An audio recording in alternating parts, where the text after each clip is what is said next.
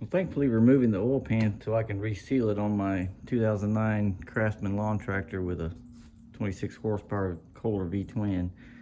Definitely not near as hard as I thought it was going to be.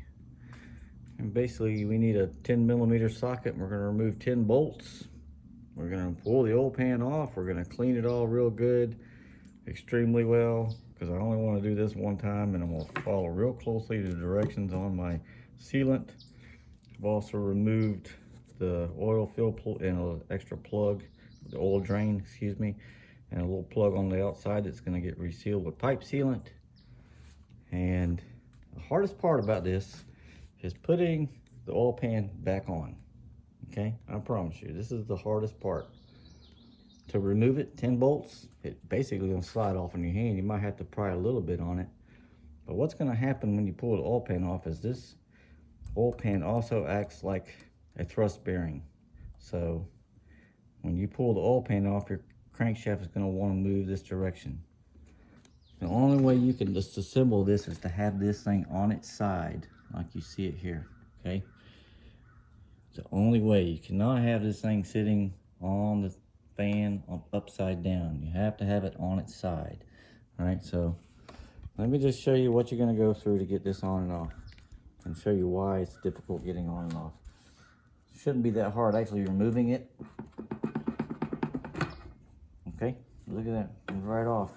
I'm lifting up a little bit as I'm pulling it off too, okay, because the weight of this crankshaft is pushing you down. And be very careful on your seal there.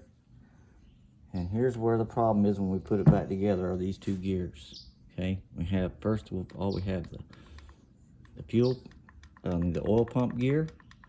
That's going to be the first gear we engage when we put this oil pan back on. And then we have the governor's gear. That's going to be the second gear.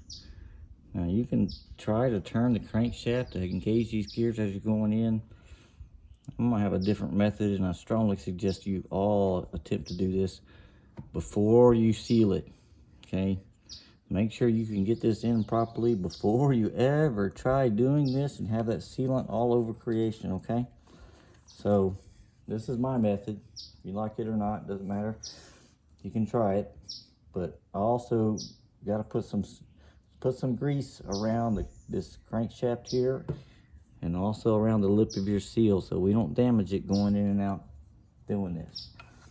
So now we're gonna go back together. After we're all clean and sealed up, and cleaned up and ready to go, we're gonna be gentle on this seal. Start getting it lined up a little bit.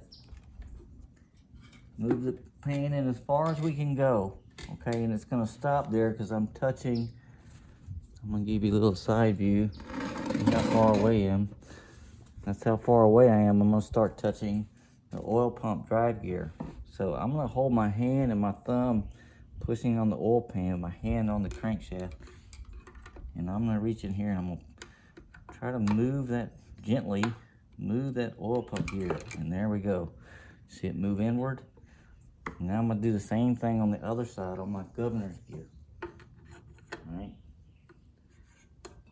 I don't have a direction to tell you to move it, just move it a little bit till the oil pan goes in.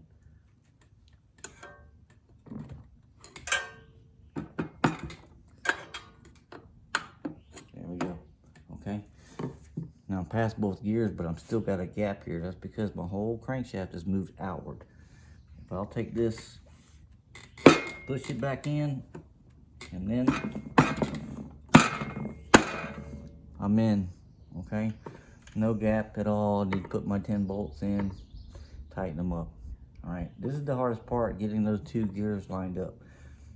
And the rest of it's just a little bit of cleaning and kind of greasy and oily, obviously, from all the mess that's on the engine. So it's not that hard of a job, guys. Don't be scared of it. It's a lot easier than I was expecting. So I'm pretty happy about that, and hope you see how easy it is to do too. So thanks everybody for watching.